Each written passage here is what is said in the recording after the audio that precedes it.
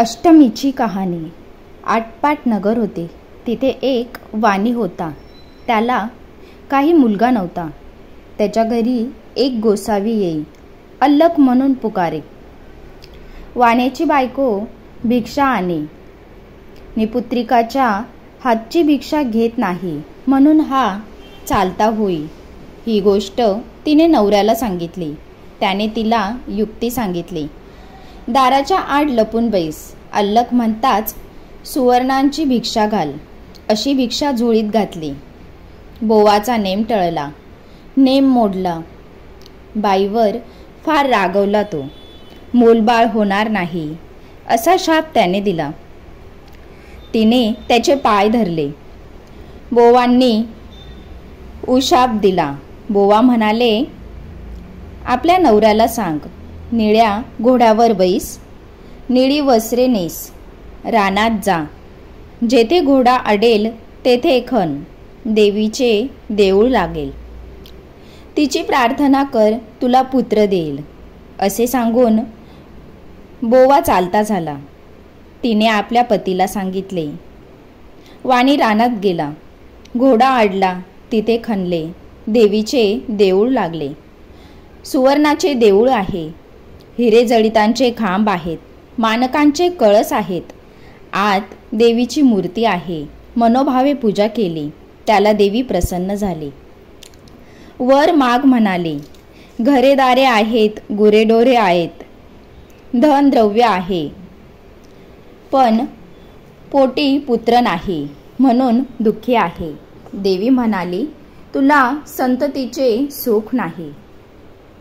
मी प्रसन्न झाले आहे. तुला वर देते. अल्पायुषी पुत्र घेतलास तर गुणी मिळेल. दीर्घायुषी घेतलास तर जन्माद होईल. कन्या घेतलीस तर बालविधवा होईल. इच्छा असेल तर मागून घे. त्याने अल्पायुषी पुत्र मागितला. देवीने सांगितले, माझ्या मागच्या बाजूत जा. तेथे एक गणपती आहे. त्याच्या मागे एक आंब्याचे झाड आहे. गणपतीच्या दोंदावर पाय दे. एक फळ घे. घरी जाऊन बायकोला खाऊ घाल, म्हणजे तुझा कार्यभाग होईल. नंतर देवी अदृश्य झाली. नंतर तो देवीच्या मागे गेला. गणपतीच्या दोंदावर पाय दिला. झाडावर चढला. पोटभर आंबे खाल्ले. मोठभर घरी नेण्याकरता घेतले. खाली उतरून पाहतो तर आपल्या मोठेत एकच आंबा आहे. असे 4-5 वेळा झाले. गणपतीला त्रास झाला. त्याने सांगितले, तुझ्या नशिबी एकच फळ आहे. फळ घेऊन घरी आला. बायकोला खाऊ घातले. ती गरोदर राहिली. दिवस मासी गर्भ वाढू लागला. 9 मास पूर्ण झाले. वाण्याची बायको बाळंतीण झाली. मुलगा झाला. उभयंतास आनंद झाला. दिवसामासी वाढू लागला. 8व्या वर्षी मुंज केली. 10व्या वर्षी लग्न करा म्हणाली.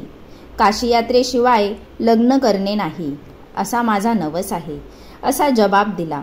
काही दिवसांनी मामाबरोबर यात्रेस पाठविले. मामा भाचे काशीस जाऊ लागले. जाता जाता काय झाले, वाटेने एक नगर लागले. तेथे काही मुली खेळत होत्या. त्यात एकमेकांचे भांडण लागले. एक गोरी भुरकी मुलगी होती. तिला दुसरी मुलगी म्हणू लागली, काय रान द्वाड आहे, काय रान द्वाड आहे. तेव्हा ती मुलगी म्हणाली, माझी आई अष्टमीचे व्रत करते.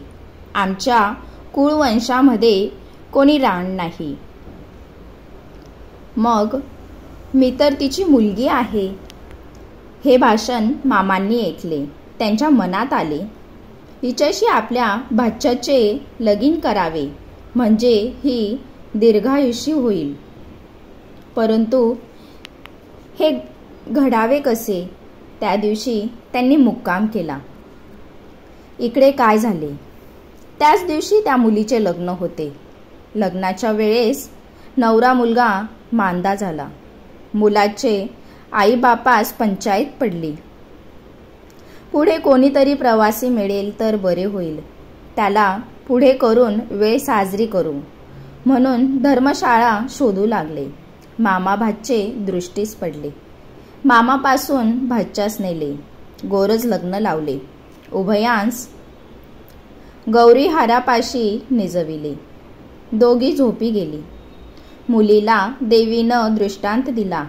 अगं मुली, तुझ्या नवऱ्याला दंश करण्यास साप येईल, त्याला पिण्याकरिता दूध ठेव.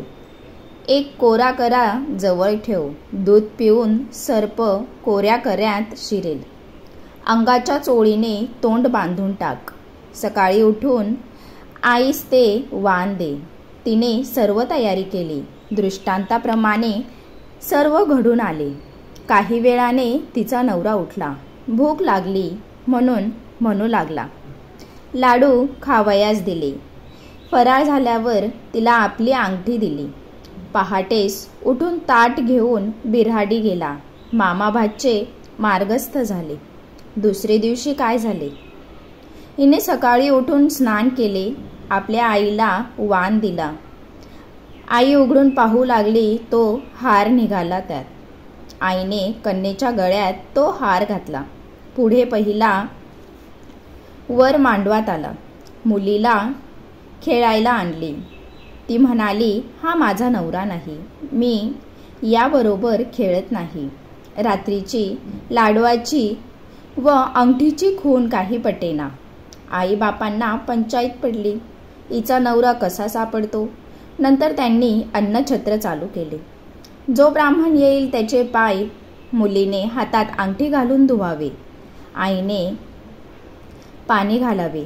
भावांनी गंध लावावे आणि बापाने विडा द्यावा. असा नित्यक्रम चालू केला. हजारो लोक येऊन जेवू लागले. इकडे मामा भाचे काशीस गेले. पुष्कळ दान धर्म केले. तीर्थयात्रा केल्या. ब्राह्मणाचे आशीर्वाद घेतले. एके दिवशी भाच्यास मूर्छा आली. यमदूत प्राण न्यावयास आले. मंगळगौर आडवी आली. त्या दोघांचे युद्ध झाले. यमदूत पळून गेले. गौर तेथेच अदृश्य झाली. भाचा जागा झाला. तसा आपल्या मामास सांगू लागला, मला असे स्वप्न पडले. मामा म्हणाला, ठीक झाले, तुझ्यावरचे संकट टळले. उद्या आपण घरी जाऊ. परत येऊ लागले. लग्नाच्या गावी आले. तळ्यावर स्वयंपाक करू लागले. दासींनी येऊन सांगितले, अन्नछत्र आहे, तेथे जेवायला जा. ते म्हणाले, आम्ही परान्न घेत नाही. दासीने यजमानीस सांगितले. त्यांनी पालखी पाठवली. आदर तिथ्य चांगले केले. पाय धुताना मुलीने नवऱ्याला ओळखले. नवऱ्याने अंगठी ओळखली. आई बापांनी विचारले, तुझ्याजवळ खून काय आहे? त्याने लाडवाचे ताट दाखविले. सर्वांना आनंद झाला. भोजन समारंभ झाला. मामा भाचे सून घेऊन घरी आले. सासूने सुनेचे पाय धरले व तुझ्यामुळे माझा मुलगा वाचला असे म्हणाली. तिने सांगितले, मला अष्टमीचे व्रत असते, ही तिची कृपा. सासर माहेरची घरची दारची माणसे सर्व एकत्र झाली आणि त्या व्रताचे उद्यापन केले. तिला मंगळगौरी प्रसन्न झाली. अष्टमीचे व्रत तिला लागू पडले.